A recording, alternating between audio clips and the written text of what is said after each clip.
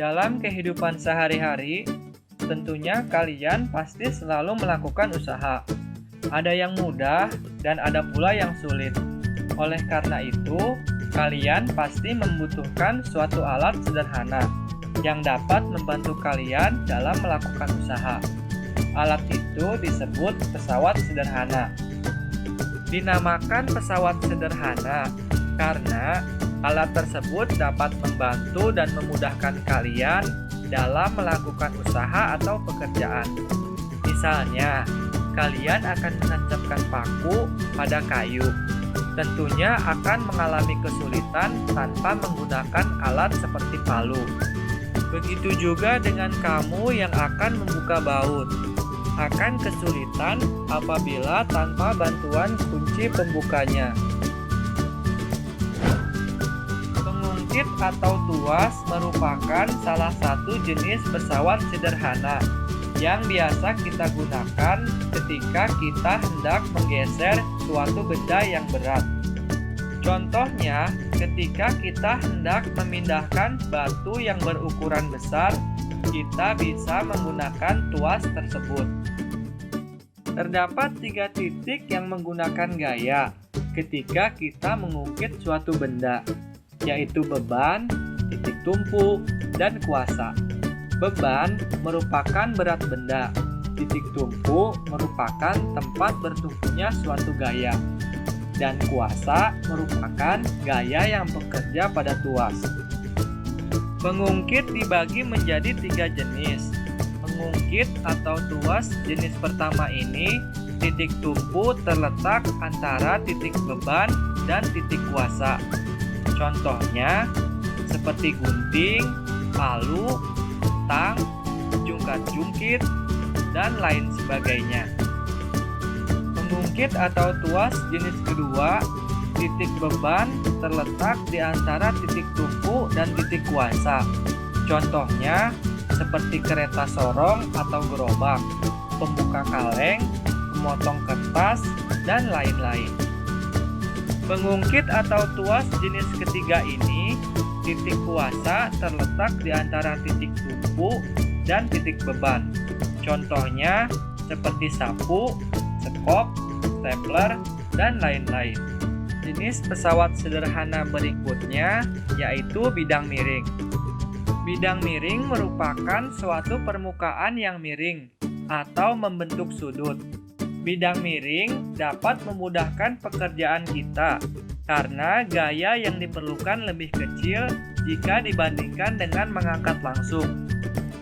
Ketika kalian liburan sekolah, mungkin kalian pernah mengunjungi daerah pegunungan untuk mencari udara segar. Ternyata di sana jalannya dibuat berkelok-kelok.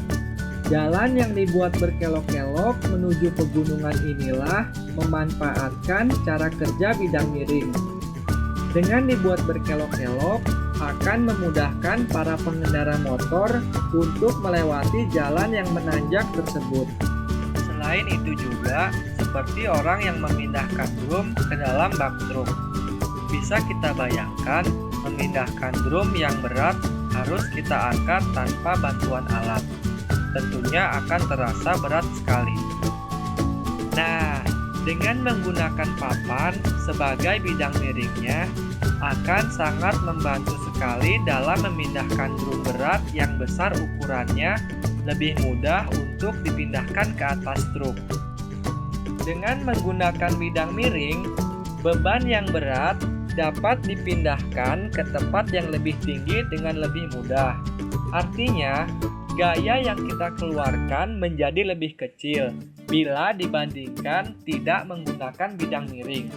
Semakin landai bidang miring, semakin ringan gaya yang kita harus keluarkan. Selain itu juga, penggunaan bidang miring dapat kita lihat seperti pada tangga dan lereng gunung. Contohnya yang menggunakan prinsip kerja bidang miring yaitu seperti pisau, sekrup, baut, dan kapak. Katrol merupakan roda yang berputar pada porosnya. Biasanya pada katrol juga terdapat tali atau rantai sebagai penghubung. Berdasarkan cara kerjanya, katrol juga merupakan salah satu jenis pengungkit karena memiliki titik tumpu, kuasa, dan beban. Katrol digolongkan menjadi 3, yaitu katrol tetap, katrol bebas, dan katrol majemuk. Katrol tetap merupakan katrol yang posisinya tidak berpindah pada saat digunakan. Katrol jenis ini biasanya dipasang pada tempat tertentu. Pada katrol tetap, titik tumpu terletak pada sumbu katrol, yang artinya jarak antara titik beban ke titik tumpu sama dengan jarak antara kuasa ke titik tumpu. Dengan demikian, maka panjang lengan beban sama dengan panjang lengan kuasa. Katrol tetap ini biasanya digunakan pada tiang bendera dan sumur timba. Katrol bebas.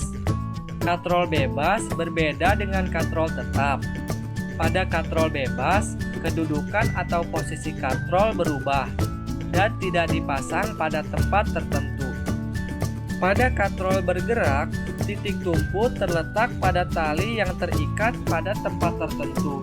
Sedangkan titik beban terletak pada pusat atau poros katrol, dan titik kuasa terletak pada tali yang ditarik oleh gaya. Oleh sebab itu, maka panjang lengan kuasa adalah 2 kali panjang lengan beban. Katrol ini bisa kita temukan pada alat-alat peti kemas di pelabuhan. Katrol majemuk atau takal. Katrol ini merupakan perpaduan dari katrol tetap dan katrol bebas. Kedua katrol ini dihubungkan dengan tali. Pada katrol majemuk ini, beban dikaitkan pada katrol bebas. Salah satu ujung tali dikaitkan pada penampang katrol tetap. Jika ujung tali yang lainnya ditarik, maka beban akan terangkat beserta bergerak katrol bebas ke atas. Katrol majemuk biasanya digunakan untuk mengangkat beban. Roda berporos merupakan roda yang dihubungkan dengan sebuah poros yang dapat berputar bersama-sama.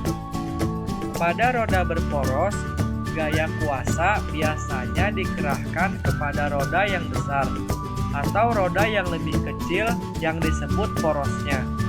Adapun prinsip kerja roda berporos yaitu semakin besar roda, gaya yang digunakan kecil.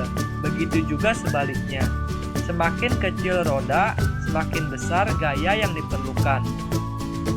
Roda berporos merupakan salah satu jenis pesawat sederhana yang banyak ditemukan pada alat-alat seperti setir mobil, setir kapal, roda sepeda, roda kendaraan bermotor, dan gerinda.